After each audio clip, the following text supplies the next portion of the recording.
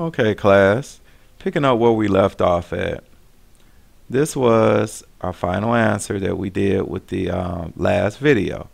But I want to scroll back up here. Let's go back up here to these directions because I realize everyone learns a little differently.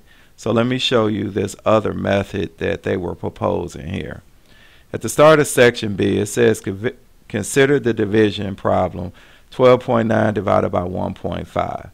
Now, we're not going to do the estimation, but I want to talk about down here. It says to figure out how to do the division, think about the problem in fraction form. So we would take that 12.9 divided by 1.5 and write it as a fraction. Now, what they're proposing for us to do is to get rid of the decimal in this problem, mainly the decimal in the denominator. So in order for us to get rid of the decimal, like we learned before, multiplying by a power of 10, however many zeros you have, that's how many places you will move to the right. So since we have only one digit behind this decimal here, we'll multiply both terms by 10 over 10. And we know 10 over 10 is 1.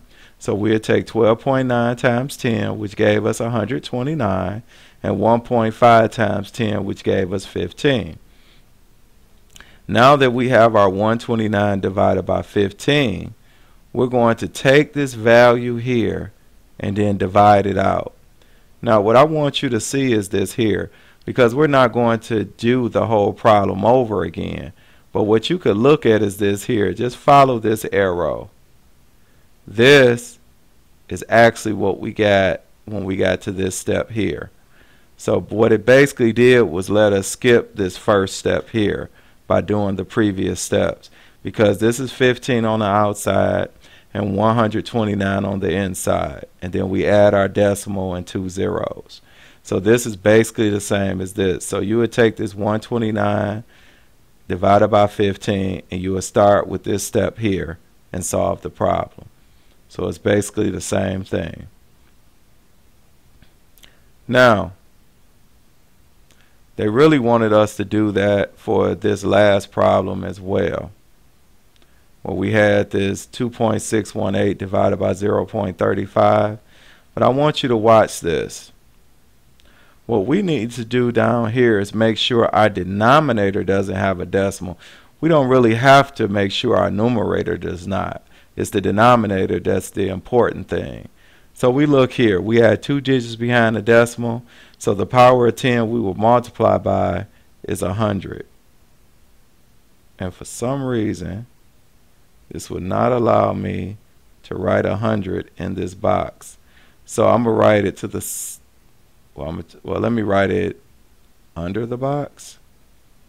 Still not letting me do it. Okay, listen, on your course pack, put 100 over 100. Just write that in now. Put 100 in this box and 100 in this box. Now, after you do that, when you multiply it, this box here, let me see if I can write it over here. This, I'm going to draw an arrow. Won't let me draw the arrow. Okay, now, this numerator here will become 261.8. And your denominator would just be 35. Now let me state this again. In this top box here, you will put 100.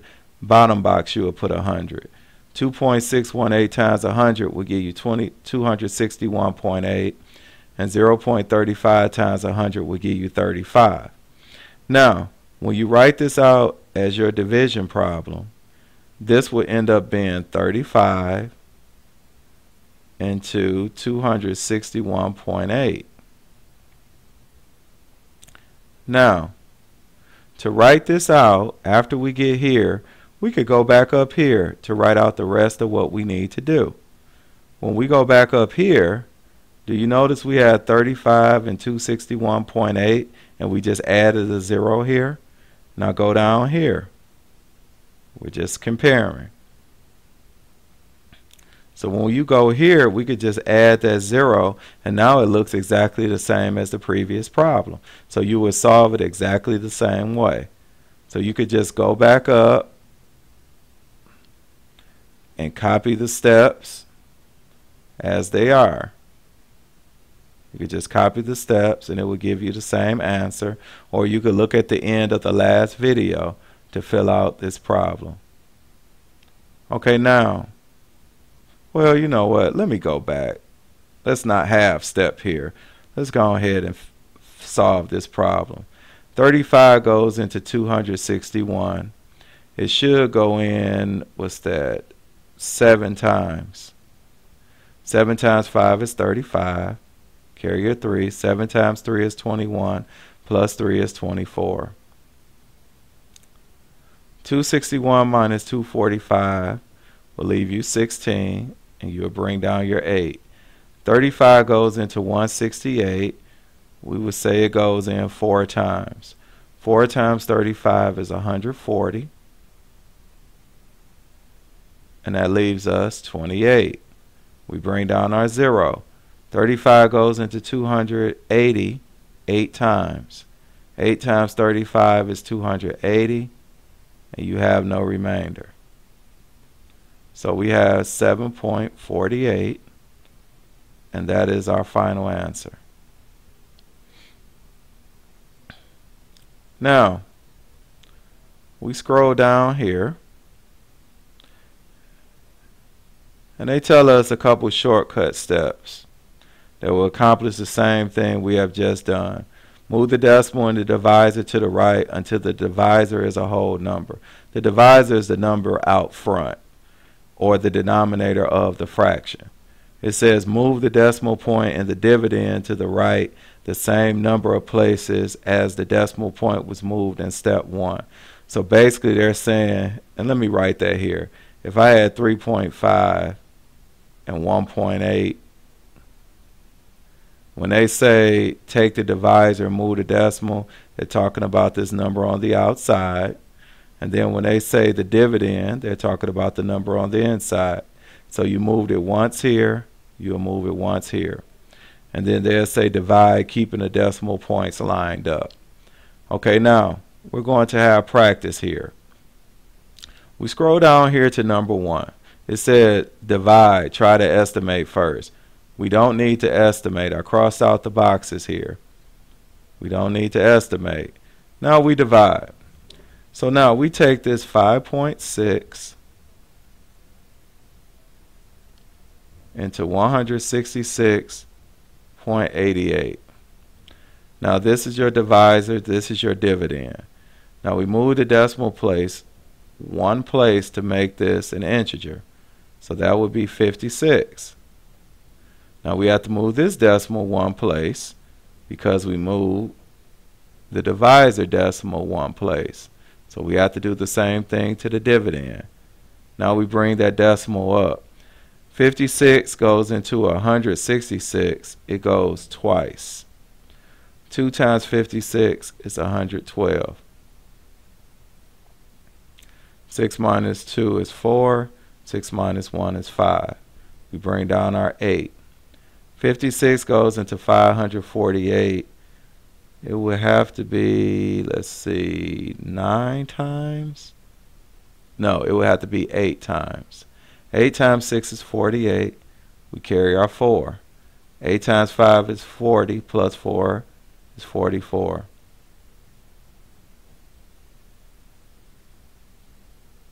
Now something actually is not correct here. So let's go back and take a look here. We have 166 minus 112 will left us 54. We brought down our 8.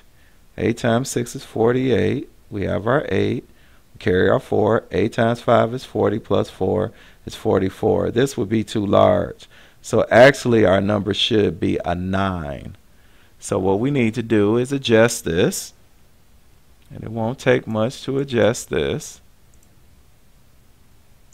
I want to adjust this 8 to a 9.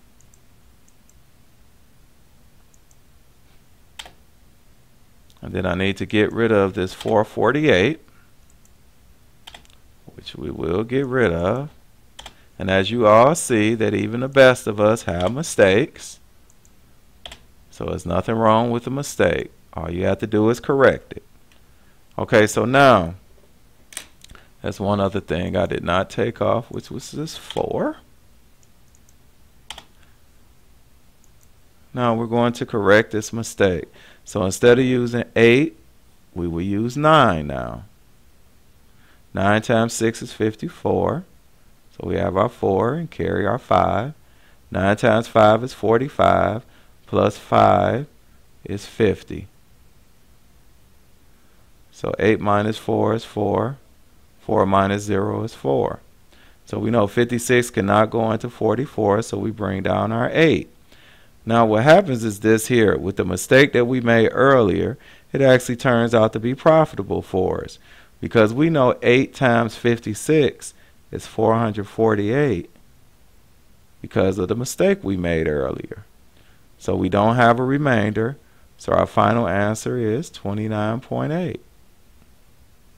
Now we go here to problem number 2. We add 0.16, and it will go into 1.976. Now we have to move this decimal 2 places to the right to make this 16. And we need to move this decimal 2 places to the right. So it'll be 197.6. And let's just add a 0. We'll bring this decimal up. 16 goes into 19 one time. 19 minus 16 is 3. Bring down our 7. 16 goes into 37 twice. 2 times 16 is 32. 37 minus 32 is 5. And we'll bring down our 6. 16 goes into 56 3 times. 3 times 16 is 48. Now, we need to borrow 1 from this 5 and make it a 4. And this 6 becomes 16. 16 minus 8 is 8. And we'll bring down our 0. 16 goes into 80 5 times. 5 times 16 is 80. And we don't have a remainder. So our final answer here is 12.35. Now we scroll down.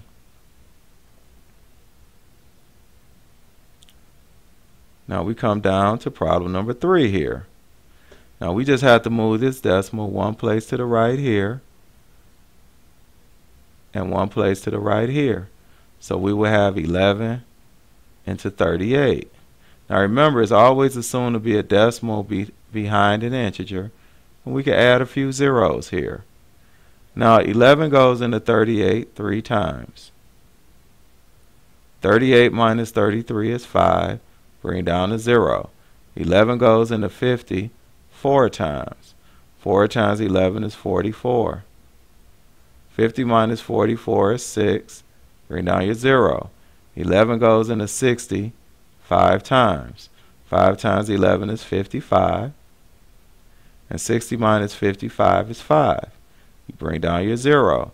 11 goes into 50 4 times. 4 times 11 is 44. And 50 minus 44 is 6. We add another 0. Bring that down. 11 goes into 65 times. And if you notice here, we have a repeater. So we have this 45 repeating. So our answer here would be 3.45 with the repeating decimal bar over the 45. Now we come to number 4 here. Now we want to write this out. This would be 0.37 into 23.4. Now this is a 4. I don't know why it has the line here. But now we have to move this decimal 2 places to the right, and we have to move this decimal 2 places to the right. So we had 37 into 2,340, and it still did the line again, and we'll put our decimal. So now what we need to do first is for me to get rid of that line, and I may have to just rewrite the whole 4. So far we have 37 into 2,340.